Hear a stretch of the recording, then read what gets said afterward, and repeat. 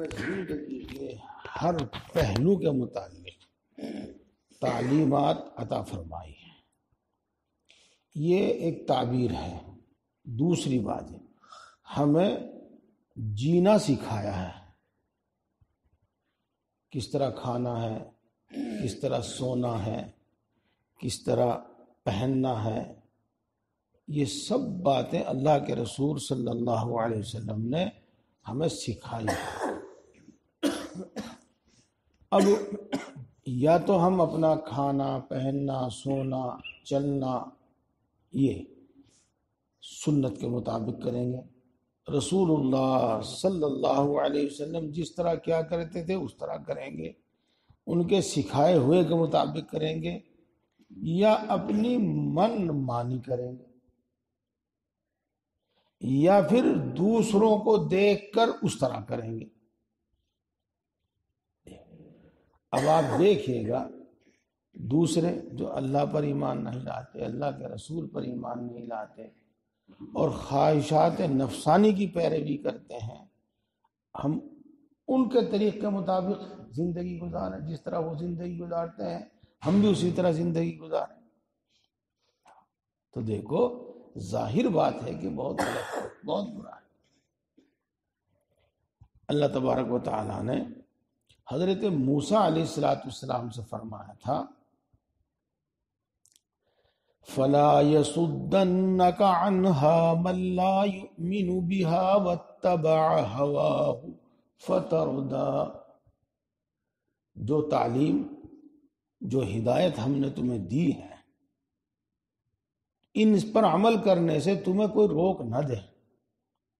وہ جو ان پر ایمان نہیں لاتا، وہ جو اپنی خواہشات نفسانی کی پیروی کرتے ہیں، اگر تم نے ان کی بات مانی، ان کی طرح زندگی گزاری تو تم ہلاک ہو جاؤ گے، برباد ہو جاؤ گے. فَلَا يَصُدَّنَّكَ عَنْهَا مَن لَّا يُؤْمِنُ بِهَا وَاتَّبَعَ هَوَاهُ فَتَرْدَىٰ. یہ تو ہمیں جو اللہ پر ایمان نہیں لاتے، اللہ کے رسول پر ایمان نہیں لاتے، اللہ کی کتابوں پر ایمان نہیں لاتے، ان کی طرح زندگی نہیں گزارنی ہے. نہ اپنے منمانے طریقے پر زندگی گزارنی ہے کہ وہ بھی نفس کی پیروی، بلکہ رسول اللہ صلی اللہ علیہ وسلم کی تعلیمات کے مطابق، آپ کی ہدایت کے مطابق زندگی گزارنی ہے. اور جس طرح آپ نے زندگی گزاری اس طرح زندگی گزارنی ہے، جس کو ہم مختصر لفظوں میں کہہ دیتے ہیں سنت کے مطابق. جی اور جب اپنی عادتیں اپنی ضرورتیں سنت کے مطابق پوری کی جاتی ہیں، اپنی عادتیں سنت کے مطابق بنائی جاتی ہیں اور اپنی ضرورتیں سنت کے مطابق پوری کی جاتی ہیں تو یہ سب عبادت ہو جاتا ہے. اور عبادت جب سنت کے مطابق کی جاتی ہے تو وہ قبول ہوتی ہے. یہ بات دل میں جمع کر رکھو. یہ اب سنو، ہو سکتا ہے اس میں سے کچھ پچھلی مرتبہ بھی پڑھا گیا ہو، اگر دو مرتبہ سن لیں، 3 مرتبہ سن لیں تو فائدہ ہی ہے. اگر ڈراؤنا خواب نظر آئے تو بائیں طرف 3 مرتبہ تھت کہا ہے اور 3 بار اعوذ باللہ من الشیطان الرجیم پڑھو، اور جس کروٹ پر لیٹے ہو اس کو بدل ڈالو، اور اس خواب کا کسی سے ذکر مت کرو. انشاءاللہ تعالی کچھ نقصان نہیں ہوگا. اکثر و بیشتر ڈراؤنا خواب دیکھنے کے بعد آنکھ کھل جاتی ہے. اسی وقت آنکھ کھلے یا بعد میں آنکھ کھلے، جب بھی کھلے تو اس وقت آپ بائیں طرف چاہے تھوک نکلے یا نکلے اس طرح 3 مرتبہ، اور پھر اعوذ باللہ من الشیطان الرجیم پڑھنا. یہ تو سب کے یاد ہوتی ہے. اعوذ باللہ من الشیطان الرجیم وشر ہذہ الرؤیا، یہ بھی ہے. اس میں تھوڑا سا ایک جملہ بڑھ گیا، جس کا مطلب یہ ہوا اے اللہ میں شیطان کے شر سے تیری حفاظت میں آتا ہوں، اور اس خواب کی برائی سے میں تیری حفاظت میں آتا ہوں۔ یہ مطلب ہوتا ہے اس کا۔ صرف اعوذ باللہ من الشیطان الرجیم پڑھ لیں، یا اعوذ باللہ من الشیطان الرجیم وشر ہذہ الرؤیا یہ پڑھ لیں۔ اعوذ باللہ من الشیطان الرجیم پڑھ لو اور اپنے الفاظ میں، اپنی اردو میں، اپنے الفاظ میں کہہ لو اے اللہ اس خواب کے شر سے میری حفاظت فرما، یوں بولو۔ پھر کروٹ بدل ڈالو، دائیں پر لیٹے ہوئے ہو تو بائیں پر لیٹ جاؤ، بائیں پر لیٹے ہوئے ہو تو دائیں پر لیٹ جاؤ، اور اس خواب کا کسی سے ذکر نہ کرو، کسی سے ذکر نہ کرو، تو انشاءاللہ العزیز، انشاءاللہ العزیز اس خواب کے شر سے حفاظت ہوگی۔ بات بالکل صاف ہے۔ اس کے بعد ایک بات اور بھی سنو، جی ہاں، یہ بات میرے شیخ اول حضرت مولانا مسیح اللہ خان صاحب جلال آبادی نور اللہ مرقدہ بار بار فرمایا کرتے تھے، اور کبھی خواب کی تعبیر ان سے پوچھتے تھے تو وہ بتاتے تھے۔ بہت سارے ڈراؤنے خواب شیطان کی طرف سے ہوتے ہیں کسی مومن کو پریشان کرنے کے واسطے۔ جب مومن پریشان ہوتا ہے تو وہ کبھی دعا کرتا ہے، کبھی کوئی دوسری تدبیر کرتا ہے، پھر دعا کے بعد بھی اس کی پریشانی دور نہیں ہوتی، تدبیر کے بعد بھی اس کی پریشانی دور نہیں ہوتی، تو پھر وہ اللہ سے بدگمان ہونے لگتا ہے۔ یہ فائدہ ہے شیطان کا۔ یہی برے خیالات جو آتے ہیں جن کو وسوسے کہتے ہیں، یہی وہ بھی اسی کی طرف سے ہوتے ہیں اکثر، اور وہ ڈالتا ہی اسی لیے تاکہ بندہ مومن اللہ کی طرف سے بدگمان ہو۔ تو اب جب انشاءاللہ العزیز آپ یہ پڑھیں گے، یہ کام کریں گے، تو خواب کی، اس خواب کے شر سے محفوظ رہیں گے۔ دیکھو کتنی اچھی بات ہے، کتنی اچھی بات ہے۔ چلیے میں بھی بتا دوں آپ کو، بات سمجھ میں آ جائے گی ابھی۔ ہاں، ابھی کچھ دن پہلے خواب دیکھا میں نے، ابھی جیسا کہ میں کہیں سفر میں ہوں، اور آج کل جو بجرگی اور فلاں لوگ آوارہ پھر رہے ہیں، ہاں، تو وہ میری طرف آتا ہے اتنا بڑا چھرا لے کر، اور مجھے مارنا چاہتا ہے کہ میں اطمینان سے بیٹھا ہوں، اطمینان سے بیٹھا ہوں۔ اس کے بعد پھر اس نے مجھے بالکل یہاں لگا دیا چھرا، یہاں بالکل ایک دم یہاں، لیکن میں اطمینان سے بیٹھا رہا، پھر وہ واپس چلا گیا۔ خواب آنکھ کھلنے کے بعد الحمدللہ الحمدللہ انہی تعلیمات کی برکت سے، اپنے بڑوں کی برکت سے بالکل دماغ میں بات آئی کہ کچھ نہیں ہے، یہ کچھ نہیں ہے، تیرے ساتھ ایسا نہیں ہوگا، یہ تو صرف شیطان نے ڈرانے کے واسطے ایسا کیا۔ اس لیے ڈراؤنا خواب دیکھ کر پریشان نہ ہو، یہ نہ سوچو کہ خواب اللہ کی طرف سے ہے بالکل ایسا ہی ہوگا، نہیں، خواب کی بہت ساری قسمیں ہیں، آپ شاید سمجھ نہ پاویں، اگر میں سمجھاؤں بھی تو اس میں بہت وقت لگے گا۔ کچھ خواب ایسے ہیں جو اللہ کی طرف سے ہوتے ہیں، وہ جیسے ہوئے ویسے ہی ہوتے ہیں، وہ بہت کم ہیں، لیکن زیادہ تر خواب ڈراؤنے ہوتے ہیں، شیطان کی طرف سے ہوتے ہیں، ان کی طرف بالکل دھیان مت دو۔ یہ اچھا خواب ہو اللہ سے اچھی امیدیں رکھو، اور برا خواب ہو تو شیطان کی طرف سے سمجھو، اور ہوتا ہی ہے وہ شیطان کی طرف سے، اور اس کی طرف دھیان نہ دو۔ یہ اگر خواب بتانا ہو تو ایسے شخص کو بتاؤ جو سمجھدار ہو اور تمہارا دوست بھی ہو، تمہارا بھلا چاہنے والا ہو، تمہاری خیر خواہی کرتا ہو، تاکہ وہ بری تعبیر نہ دے، کیونکہ اکثر تعبیر کے موافق ہو جاتا ہے۔ جھوٹا خواب کبھی مت بیان کرو، بڑا سخت گناہ ہے، یہ بات۔ اب آگے چلتے ہیں. آپس میں سلام کیا کرو، اس سے محبت بڑھتی ہے. سلام کے بہت فائدے ہیں، بہت فائدے ہیں. ایک فائدہ تو یہ ہے جو آپ نے سنا، کینہ عداوت دور ہو جاتا ہے، محبت بڑھتی ہے. خاص طور سے جس شخص کے درمیان اور تمہارے درمیان کچھ اختلاف اور دوری ہے، ان کو سلام کرو. ہم تو اس سے منہ موڑ کر چلتے ہیں تو وہ عداوت اور دشمنی اور بڑھتی رہتی ہے. لیکن اس کا علاج یہ ہے کہ اس کو سلام کر کے نکلو. وہ نہ کرے نہ کرو، تم کرو. ایک تو یہ سلام کرنے سے آدمی کے اندر تواضع پیدا ہوتی ہے، انکساری پیدا ہوتی ہے. اور تواضع اور انکساری یہ ہر لحاظ سے، دنیا کے لحاظ سے، آخرت کے لحاظ سے، اللہ کے نزدیک، بندوں کے نزدیک ایک پسندیدہ چیز ہے، پسندیدہ صفت ہے، پسندیدہ صفت ہے. متکبر سے ہر آدمی نفرت کرتا ہے، چاہے وہ اسے کھڑا ہو کر سلوٹ مارے، لیکن دلوں کے اندر نفرت ہوتی ہے اس کی طرف سے. خوب تجربہ کر کے دیکھ لی.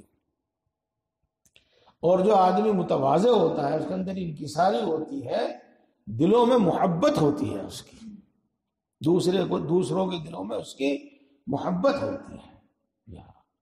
اب رہی بات کہ اس میں میری توہین ہو جائے گی، میرا مرتبہ گھٹ جائے گا، میری ذلت اور میری رسوائی ہو جائے گی، یہ غلط خیال ہے. دیکھو یاد رکھو، میں ہوں یا آپ ہوں، دوسرے کی نگاہ میں میری توہین کب آئے گی؟ جب میں اپنی حاجت اور اپنی ضرورت اس کے سامنے لے کے جاؤں گا، تب وہ ہمیں ذلیل سمجھے گا، حقیر سمجھے گا. میں چاہے مالدار ہوں چاہے غریب ہوں، لیکن کسی کو اپنی حاجت نہیں لے کے جاتا، اپنی ضرورت اس کے سامنے نہیں لے کے جاتا، تو مجھے کیوں حقیر سمجھے گا وہ؟ اور اگر اپنے دل میں سمجھتا ہے تو سمجھنے دو، وہ اس کے دل کا روگ ہے، اس کے دل کی بیماری ہے وہ. اس لیے استغنا کے ساتھ جیو اور اللہ تبارک و تعالیٰ سے ہمیشہ دعا کرو. اللہ تبارک و تعالیٰ کسی کا محتاج نہ بناوے، اللہ تعالیٰ اپنی تمام ضرورتیں پوری فرماتا ہے. یہ تو ذلت اس میں ہے کہ آدمی اپنی احتیاج دوسرے کے سامنے لے جاوے. سلام کرنے میں توہین نہیں، سلام کرنے میں ذلت نہیں، یہ سلام کرنے میں پہل کرو. تو میں نے بتایا کہ اس سے دلوں میں محبت پیدا ہوتی ہے، عداوت ختم ہوتی ہے، تواضع آتی ہے، انکساری آتی ہے، تکبر ختم ہوتا ہے. اور اس کے علاوہ بہت ساری نیکیاں ملتی ہیں. اس کے علاوہ ہر وقت دعا ملتی ہے. پہلے تو دعا کے بارے میں سن لیجئے گا. السلام علیکم جب ہم یہ کہتے ہیں تو اس کا مطلب کیا ہوتا ہے؟ السلام علیکم کہنا اس بات کا اعلان ہے کہ آپ میری طرف سے بالکل محفوظ ہیں، میں آپ کو کوئی تکلیف، کوئی نقصان نہیں پہنچاؤں. اور سلام کرنا یہ دعا ہے کہ اللہ تبارک و تعالیٰ آپ کو ہر شر سے محفوظ رکھے. سلامتی کا معنی ہے سکھ، چین، سکون. اللہ تعالیٰ آپ کو ہر شر سے محفوظ رکھے، آپ کو چین، سکون اور سکھ عطا فرماوے. السلام علیکم دعا ہے یہ. دیکھو میں آپ کو دعائیں دوں، آپ مجھے دعائیں دیں. اور اس کے علاوہ قصہ ہی سناؤں آپ کو، وہ بہت اچھا رہے گا. جی ہاں، اس سے بہت اچھی بات سمجھ میں آ جائے گی. حضرت ابو بکر صدیق رضی اللہ تعالی عنہ نے رسول اللہ صلی اللہ علیہ وسلم کے سامنے عمر کی شکایت کی اور یہ فرمایا کہ عمر مجھے پہلے ہمیشہ سلام کیا کرتے تھے، اب انہوں نے مجھے سلام کرنا چھوڑ دیا، تو شاید یہ مجھ سے ناراض ہے، اس لیے سلام کرنا چھوڑ دیا. حضرت ابو بکر رضی اللہ تعالی عنہ نے رسول اللہ صلی اللہ علیہ وسلم کے سامنے عرض کیا اور حضرت عمر رضی اللہ تعالیٰ عنہ کی یہ شکایت کی۔ رسول اللہ صلی اللہ علیہ وسلم حضرت عمر رضی اللہ تعالیٰ عنہ کی طرف متوجہ ہوئے تو حضرت عمر رضی اللہ تعالیٰ عنہ نے ارشاد فرمایا، اے اللہ کے رسول صلی اللہ علیہ وسلم، میں ہمیشہ ان کو سلام کیا کرتا تھا پہلے، لیکن میں دیکھتا تھا کہ اللہ کی رحمتیں اور برکتیں مجھ پر زیادہ نازل ہوتی ہیں۔ اس کو کہتے ہیں کشف۔ ہاں، بزرگوں میں تو یہ مشہور ہے، لیکن صحابہ کو بھی ہوتا تھا۔ ہاں، اور ابو بکر پر میں اللہ کی رحمتیں یہ جواب دیتے تھے تو اللہ کی رحمتیں اور برکتیں کم نازل ہوتی ہوئے دیکھتا تھا۔ اس لیے اب میں کبھی کبھی ان کو بھی موقع دیتا ہوں کہ یہ بھی سلام میں پہل کریں۔ تو اس لیے یہی عادت ہونی چاہیے، کبھی میں پہلے سلام کر دوں اور کبھی آپ پہلے سلام کر دیں، تاکہ میرے بھی دل میں کوئی خیال نہ آئے، آپ کے دل میں بھی کوئی خیال نہ آئے۔ میں بھی کوشش کروں کہ پہلا سلام کروں، آپ بھی کوشش کریں کہ پہلے سلام کروں۔ دونوں مومن ہیں، دونوں کے لیے یہ حکم ہے۔ اب جس کا موقع لگ جاوے پہلے وہ کر دے، یہ ہونا چاہیے۔ ایک تو یہ بات سمجھ میں آئی، دیکھو اس سے اور بھی دوسری باتیں بھی سمجھ میں آ گئی۔ اس کے ساتھ ساتھ یوں سمجھ لو، جب سلام کرتا ہے نا آدمی تو اللہ کی 70 رحمتیں نازل ہوتی ہیں، ایک جواب دینے والے کو ملتی ہے اور 69 سلام کرنے والے پر نازل ہوتی ہے۔ تو اپنے فائدے کے واسطے ہمیشہ سلام کرو، ہمیشہ سلام کرو۔ اصل تعلیم تو دوستو یہ ہے، اسی پر ہمیں عمل کرنا ہے۔ لیکن اگر کوئی بات ہو، کوئی حالات ایسے ہوں تو وہ بیان کر کے پھر مسئلہ دریافت کر لینا چاہیے، اور عمل کے لیے مجھے اس حال میں کیا کرنا ہے وہ معلوم کر لینا چاہیے۔ دیکھو میں نے پوری بات آپ کو بتا دی۔ ایک بات میں پھر عرض کر دوں، ہمارے بھائی اکثر و بیشتر علماء سے تعلق کس لیے رکھتے ہیں کہ ان سے تعلق رکھنے سے گھر میں برکت ہوگی، ان سے تعلق رکھنے سے کاروبار میں برکت ہوگی، ان سے دعائیں کرائیں گے تو سارے کام بن جائیں گے۔ دیکھو یہ بات بھی ٹھیک ہے، یہ بات بھی ٹھیک ہے، لیکن اس نیت سے تعلق رکھو ان سے کہ اللہ سے، یہ لوگ اللہ سے محبت کرتے ہیں، اللہ کی عبادت طاعت میں مشغول رہتے ہیں، تو یہ اللہ کے لیے محبت ہوگی، اس کا بڑا فائدہ، بڑا ثواب ہے۔ اور اس لیے ان سے تعلق رکھو تاکہ ہم دین کی بات پوچھ پوچھ کر عمل کریں، اس لیے تعلق رکھو۔ جب آپ دین کی بات پوچھ پوچھ کر عمل کریں گے تو آپ انشاءاللہ خود دیندار بن جائیں گے۔ بہرحال میں عرض یہ کر رہا تھا کہ سلام کے متعلق اصل تعلیم تو یہ ہے جو آپ کو بتائی گئی ہے۔ البتہ اگر کچھ حالات اس طرح کے ہوں تو پھر اپنا خاص حال بیان کر کے اس کے متعلق اپنے شیخ سے پوچھ لینا چاہیے کہ میں کیا کروں ان حالات میں۔ سلام میں جان پہچان والوں کی تخصیص مت کرو، جو مسلمان مل جائے اسی کو سلام کرو، یہ ہے۔ لیکن یہاں ایک بات آئے گی، ہاں کیا، جو سب سامنے سے آ رہا ہے ہمیں پتہ تو ہو کم سے کم یہ مسلمان ہے، جب ہی تو ہم اس کو سلام کریں گے۔ اور اگر اس نے اپنی شکل و صورت ایسی بنا رکھی کہ پتہ ہی نہیں کہ مسلمان ہے کہ نہیں ہے، اب ہم سوچیں گے کہ اس کو سلام کریں یا نہ کریں۔ اس لیے میرے دوستو بزرگوں، میں بڑی محبت، بڑی پیار، بڑے اخلاص، بڑی انکساری کے ساتھ آپ کو کہتا ہوں، اور جو عبادتیں ہیں اپنی جگہ ہیں، لیکن اللہ کے نافرمانوں جیسی شکل و صورت نہ بناؤ، فاسقوں جیسی شکل و صورت نہ بناؤ، کافروں جیسی شکل و صورت نہ بناؤ۔ بڑا سخت گناہ ہے، بڑا سخت گناہ ہے۔ اکثر و بیشتر یہ بات بیان نہیں کی جاتی کہ لوگ بدعت کر بھاگ جاتے ہیں، اس لیے نہیں بیان کی جاتی ہیں باتیں کہ چلو یہ سنتا رہے دین کا جذبہ اس کے اندر پیدا ہو تو پھر یہ بات بھی اس کو بتاویں گے، لیکن وہ بات بتانے کی موقع نہیں آتا، نوبت نہیں آتی آدمی بس، ورنہ یہ باتیں بہت ضروری ہیں۔ اللہ کے نافرمان بندوں کی صورت نہ بناؤ، اللہ کے فرما بردار بندوں کی، نیک بندوں کی شکل و صورت بناؤ۔ جی ہاں، حضرت مولانا الیاس صاحب رحمۃ اللہ علیہ کے پاس ایک شخص آیا کرتا تھا، داڑھی منڈا، وہ آتا رہا۔ حضرت نے اب سوچا کہ میں اس کو نصیحت کر دوں، تو اس نے کہا بھائی داڑھی رکھنا واجب ہے، داڑھی رکھنا تمام انبیاء کی سنت ہے، تو داڑھی رکھا کرو۔ اس نے آنا چھوڑ دیا، 2 دن انتظار کیا، 4 دن انتظار کیا، 6 دن انتظار کیا، پھر حضرت کے دل میں بات آئی کہ ہو سکتا ہے بیمار ہو سکتا ہے کوئی اور پریشانی ہو، تو جو شخص ہمارے پاس ہمیشہ آنے والا ہے اور اب وہ نہیں آ رہا ہے تو اس کی خیر خبر تو لینی چاہیے۔ تو حضرت نے معلوم کرایا کہ فلاں شخص کا کیا حال ہے، سفر میں ہے، بیمار ہے، کچھ اور پریشان ہے، آج کل وہ آ نہیں رہے ہیں۔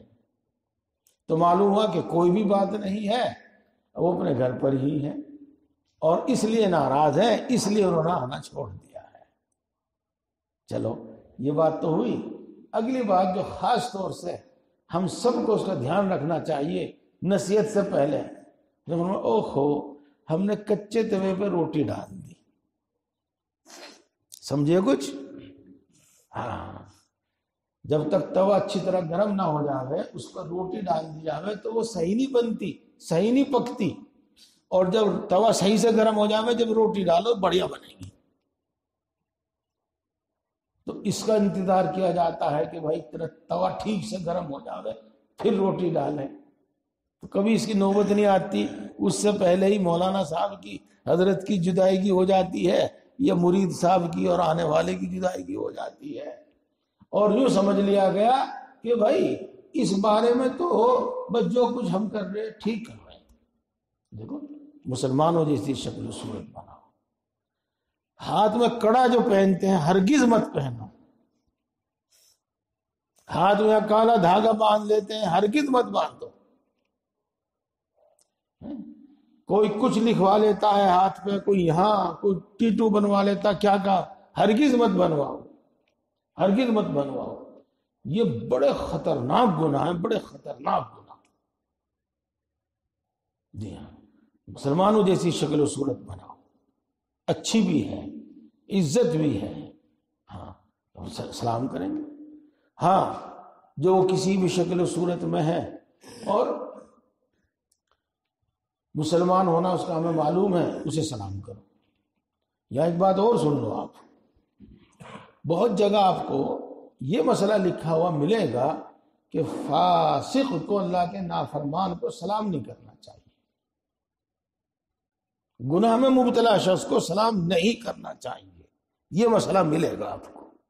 ہاں یہ مسئلہ ٹھیک ہے اپنی جگہ، بالکل ٹھیک ہے، لیکن اس کے ساتھ ساتھ ایک دوسرا مسئلہ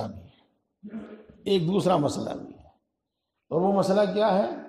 ہم اس کو سلام کریں، نرمی سے، محبت سے اس سے بات کریں تاکہ وہ مانوس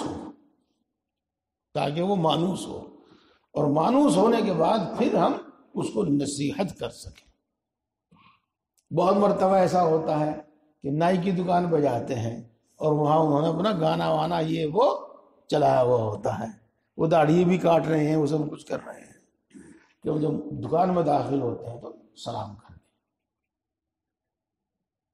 اول تو اسی سے وہ شرمندہ ہو جاتے ہیں، ہماری داڑھی دیکھ کر، سلام سن کر ہی شرمندہ ہو جاتے ہیں، اور کہے بغیر ہی وہ مائک بند کر دیتے ہیں، وہ گانے وانے بند کر دیتے ہیں، اور اگر نہیں بھی بند کیا تو پھر ان کے لیے بات کہنا آسان ہو جاتا ہے۔ جی ہاں، تو بہرحال اس نیت سے کہ مانوس ہو اور ان کو ہم نصیحت کر سکیں، فاسق کو بھی سلام کرنے میں کوئی حرج نہیں، بلکہ ایسا کرنا چاہیے۔ آگے بات سمجھ شریف میں بھائی؟ ہاں، اور میرے دوستو، سننا اپنا فائدہ رکھتا ہے، لیکن سننے کا مقصد یہ ہے کہ اس پر عمل ہو۔ ہماری عادت، ہماری طبیعت رکاوٹ بنتی ہے، ہمارا نفس رکاوٹ بنتا ہے، شیطان رکاوٹ بنتا ہے، کچھ معاشرے اور سماج کے حالات رکاوٹ بنتے ہیں۔ ہم ان کسی رکاوٹ کی پرواہ نہ کریں، ہر رکاوٹ کو توڑ کر اپنے دل پر زور ڈال کے اور ان چیزوں کے عادی بنیں۔